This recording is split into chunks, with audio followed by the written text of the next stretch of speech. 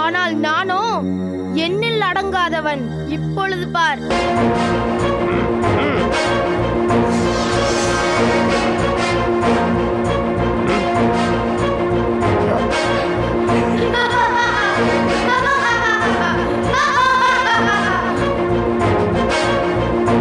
அஷ்டகாலனே, துஷ்ட தூதனே, உன் சக்திக்கு நீயே ஒரு உருவம் எடுத்து என்னோடு போரிடும் போது நான் 1000 உருவம் எடுத்து உன்னோடு சமர் செய்தால் என் தர்மம் என்னை மன்னிக்காது. நானும் ஒருவனாகவே நிற்கிறேன். வா.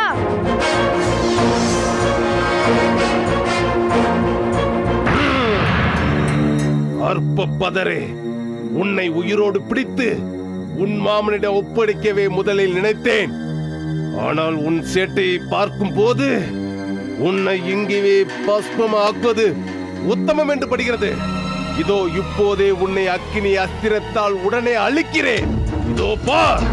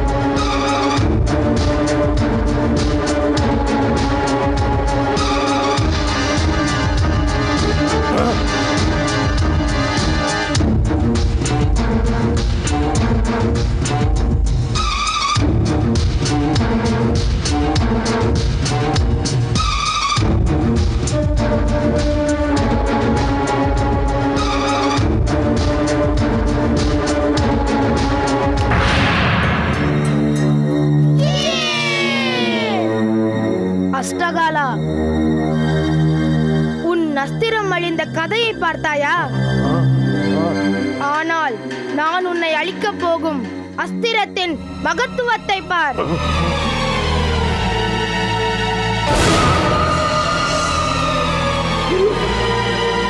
இது அந்த அஸ்திரமா? அப்படிதான் இருக்கும் போல இருக்கு. அந்த அஸ்திரத்தால அரக்கன் அழிச்சிட்டு அத கிருஷ்ணன் நமக்கு தான் தருவாருன்னு நினைக்கிறேன். அவங்க பெரிய தீர்க்கதரிசிகள் மாதிரி தான் பேசுறாங்க பாருங்கடி.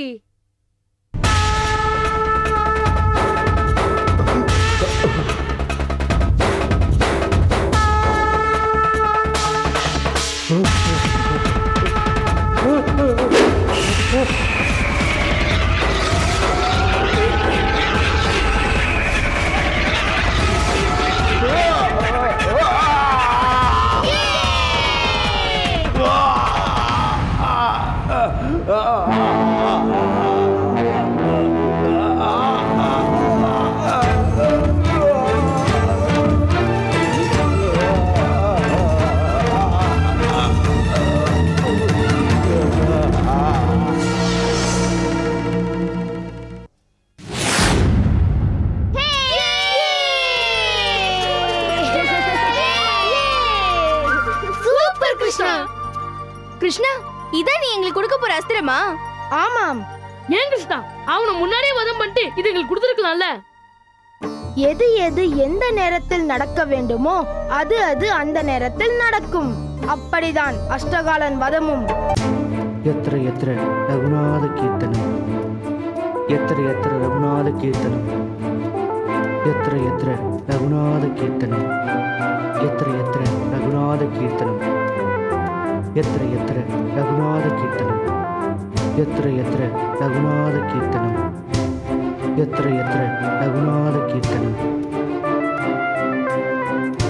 எத்திர எத்திர ரகுநாத கீர்த்தனம் எத்திர எத்திர ரகுநாத கீர்த்தனம் எத்திர எத்திர ரகுநாத கீர்த்தனம்.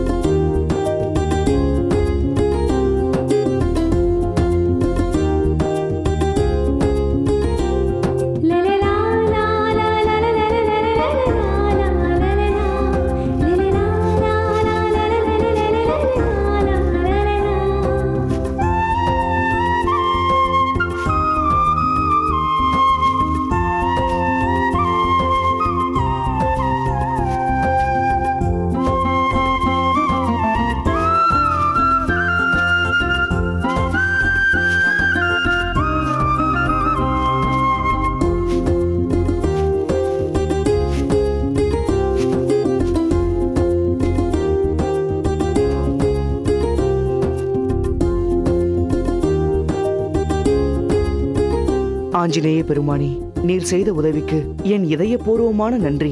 நான் இதை என்றென்றும் மறக்கவே மாட்டேன்.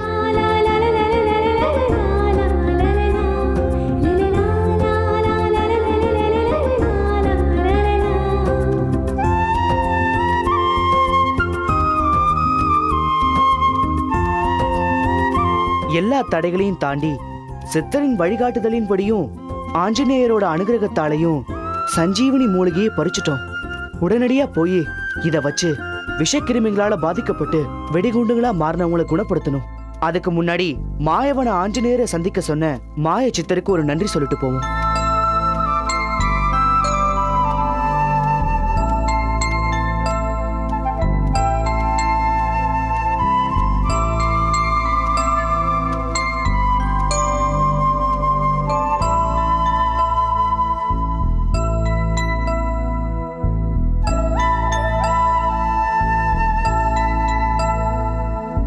மாய சித்தரி, மரணத்தை வென்றவரே, காடுரையின் கண்கண்ட தெய்வமே, வாழும் காலத்தை வென்ற கருணை உள்ளமே, நான் மூசா வந்திருக்கிறேன். என் அழைப்பை ஏற்று எனக்கு காட்சி தாருங்கள்.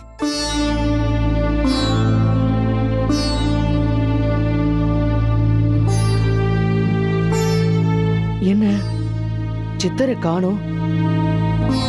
ஏன் வரல? சித்தரே, சித்தரே, மூசா அழைக்கிறேன், வாருங்கள். என்னால் வர முடியாது மூசா. எனது குரலை பற்றி கொண்டு குரல் வரும் திசை நோக்கி வா மூசா. ஏன், என்னாச்சு சித்தரே? வா வா, வந்து நீயே பார். இதோ வருகிறேன்.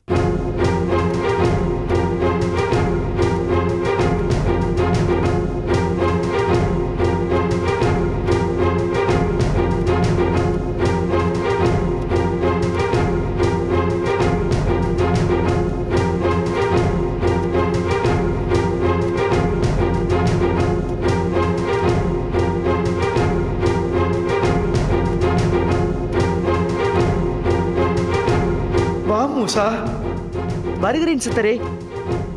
இன்னும் வா.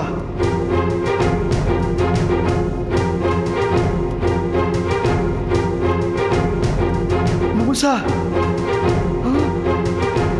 சித்தரே, பார் மூசா, என் நிலைமையை பார்.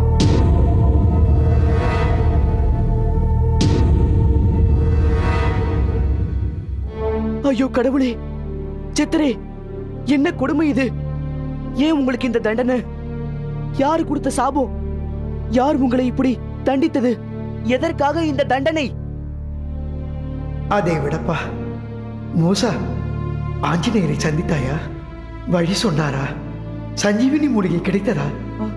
மூலிகை கிடைத்தது. ஆனால் அந்த சந்தோஷத்தை உங்ககிட்ட சொல்ல வந்த எனக்கு உங்களோட நிலைமை பெரும் துயராக இருக்கிறது. முதலில் என்ன நடந்தது? ஏன் உங்கள் உடல் காணாமல் போனது? சொல்லுங்க சித்தரே. ஏன் தயங்குறீங்க?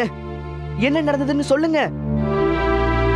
சொல்கிறேன் மூசா, மனதை திடப்படுத்திக் கொள். சாயையை நோக்கி தவமிருக்க சென்ற அசீமை கிழவியாக வந்து சாயை சோதித்தார்.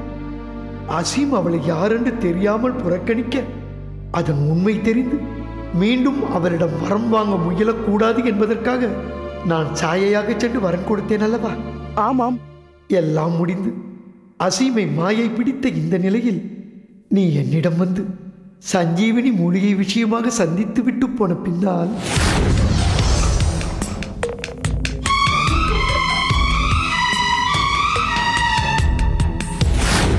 சித்தனே, சித்தம் கலந்தவனே, சீரழிய போகிறவனே, கண்விழி.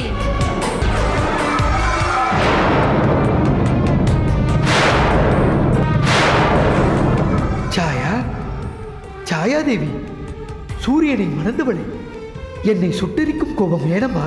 அறம் பிறல செய்த உனக்கு என் ஆக்ரோஷத்திற்கான காரணம் அறிய வேண்டுமோ? காரணத்தை சொன்னால்தானே செய்த காரியம் என்னவென்று சொல்ல முடியும். என் உருவில் போய் என் பக்தனை ஏமாற்ற நீ யாரடா? நான் உன் உருவில் சென்றது. என்னை நோக்கி தவம் செய்த அசிம்பதுதா முன் நீ என் உருவில் தோன்றி வரமளிக்கவில்லை. தந்தேன் தந்தேன். அதற்கு என்ன காரணம் என்றால்? காரணத்தை நீ சொன்னாலும் நான் கனிந்து விட மாட்டேன். கனன்று கொண்டு இருக்கிறேன். அம்மா தாயே, நீ கனிவதோ கனல்வதோ நான் சொன்ன பிறகு முடிவெடு. உன்னை நோக்கி தவம் இருந்த அந்த அசிம் ஒரு அரக்கன், அக்கிரமக்காரன், அழிவு சக்தி. அனைத்தையும் யாம் அறிவோம். ஆனாலும் அவன் என் பக்தன். அரக்கர்களுக்கும் அசுரர்களுக்கும் வரமளிப்பது புதிதல்ல. இன்று நேற்று திடீரென தோன்றியதல்ல. ராவணன், பத்மாசுரன், மகிஷாசுரன் காலந்தொட்டு நடந்து கொண்டுதான் இருக்கிறது. என்னை நோக்கி தவம் இருக்கும் பக்தனை நல்லவனா கெட்டவனா என்று பார்ப்பதில்லை என் வேலை. அவன் தவ வலிமை உள்ளவனா, வழங்கும் வரத்தை பெற மன உறுதியோடு உள்ளவனா என்பதை மட்டும்தான் நான் பார்ப்பேன். பற்றற்ற வாழ்க்கையால் பரம்பொருளுக்கும் சேவை செய்ய பணிக்கப்பட்ட நீங்கள் குற்றமற்றவராக இருப்பதை விடுத்து ஏன் என் பக்தனின் தவத்தில் என்னை போல் தோன்ற வேண்டும், வரம் வழங்க வேண்டும்? அதற்கு உமக்கு என்ன உரிமை இருக்கின்றது? சித்தரே ஆனாலும் குற்றம் குற்றமே. தாயே, என் உருவம் எடுத்து நீ செய்த தவறுக்காக உனக்கு உருவம் இல்லாமல் கடவதென நான் சபிக்கிறேன். வேண்டாம் வேண்டாம் தாயே, வேண்டாம். என்னை மன்னித்து விடு. என்னை விட்டுவிடு தாயே, விட்டுவிடு. என்னை விட்டுவிடு, என்னை விட்டுவிடு.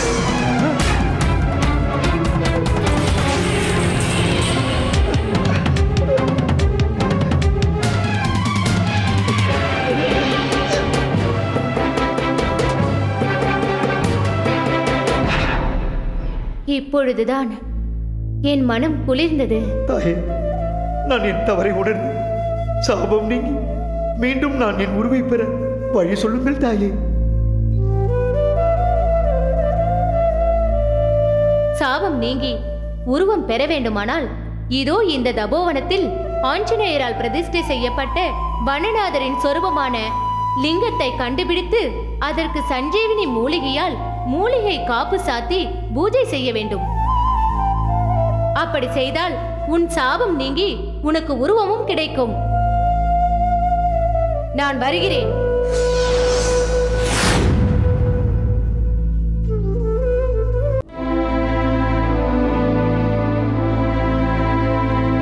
என்ன மூசா, உறைந்து போய்விட்டாய்? நான் இறந்து போயிருக்க கூடாதா என்று மனம் வேதனை அடைகிறேன் சித்திரை. எனக்கு உதவி செய்ய போய் உங்களுக்கு எத்தகைய கொடுமை நடந்திருக்கிறது? உங்களின் இந்த நிலைமைக்கு நான் தானே காரணம்.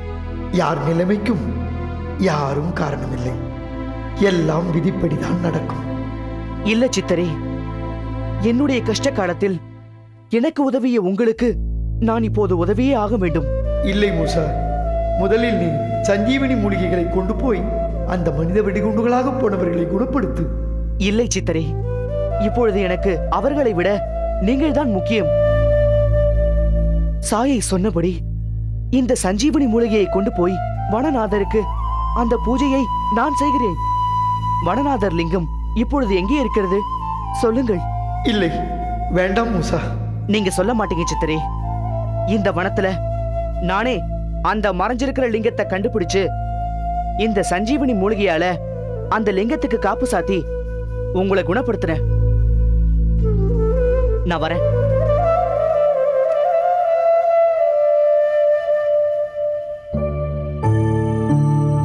முதல்ல நாங்க அந்த அஷ்டகால அரக்கனை பார்த்த உடனே இவன் கூட நீ சண்டை போட போறேன்னு ரொம்ப ஷாக் ஆயிட்டோம் கிருஷ்ணா. ஆனா போக போக அவன் 8 உருவம் எடுத்ததும் நீ அவனை விட அதிக உருவம் எடுத்தத பார்த்த உடனே அவன் அழியதான் போறான்னு தைரியமும் நம்பிக்கையும் எங்களுக்கு வந்துருச்சு கிருஷ்ணா. ஆமாம், அந்த அரக்கனை அழிக்கதான் போகிறேன் என்று சொல்லிவிட்டு தானே போனேன். நீ சொல்லிட்டு போய் வந்து பண்ணாலும் அந்த அரக்கனோட உருவம் எங்களை சந்தேகப்பட வச்சிருச்சு கிருஷ்ணா. கலியுக குழந்தைகள் என்பது சரியாகத்தான் போயிற்று. யாரையும் உருவத்தை பார்த்து முடிவு செய்யக்கூடாது என உங்கள் கலியுகத்து திருவள்ளுவரே சொல்லியிருக்கிறாரே. நீங்கள் படிக்கவில்லையா அந்த திருக்குறளை? படிச்சிருக்கோம். இவங்க 3 பேரும் திருக்குறளையும் உன்னோட பலத்தையும் மறந்து பயப்பட்டாலும் நான் என்ன திரும்ப நினைச்சேன்? என்ன நினைத்தாய் பாலு? உனக்கு சப்போர்ட்டா கலையங்கி அந்த அரக்கனை என் கையாலேயே க்ளோஸ் பண்ணணும்னு நினைச்சேன். பட் என்னடா பட்டு, உன்னை யார் தடுத்தா? நீ களை இறங்க வேண்டியதானடா. களத்துல இறங்கிருந்தா யார் யார் அழிச்சிருப்பாங்கன்னு தெரிஞ்சிருக்குமேடா. அப்ப நீ களத்துல இறங்கிருக்க வேண்டியதானே பாலு? ஏன் நான் இறங்கலன்னா இந்த பாலுவால தான் கிருஷ்ணன் அந்த அரக்கரை அழிச்சாருன்ற அவ பேர் எனக்கு வந்துடக்கூடாதுன்ற நல்ல எண்ணத்துலதான் அந்த எண்ணத்தை நான் கைவிட்ட கௌரி. முதல்ல ஓடிடலான்னு சொன்னதே இவன் தான். இப்ப என்ன பேசுறா பாரு. கிருஷ்ணா, இனிமே வேற அரக்க வந்தா நீ இவனையே மோத விடு. அதற்கான அவகாசமும் இல்லை, அது சாத்தியமும் இல்லை சந்தியா.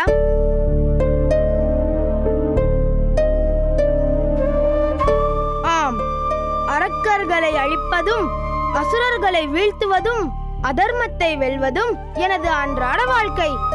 நீங்கள் அஸ்திரம் வாங்க என்னை தேடி வந்ததும் பார்த்து பழகி அந்த அஸ்திரம் கிடைக்கும் வரை என்னோடு தங்கியிருந்தது எல்லாமே ஒரு அங்கம்தான். இதோ அந்த அஸ்திரம். இதை நான் உங்களுக்கு தர வேண்டிய இறுதி தருணத்தில் நிற்கிறேன்.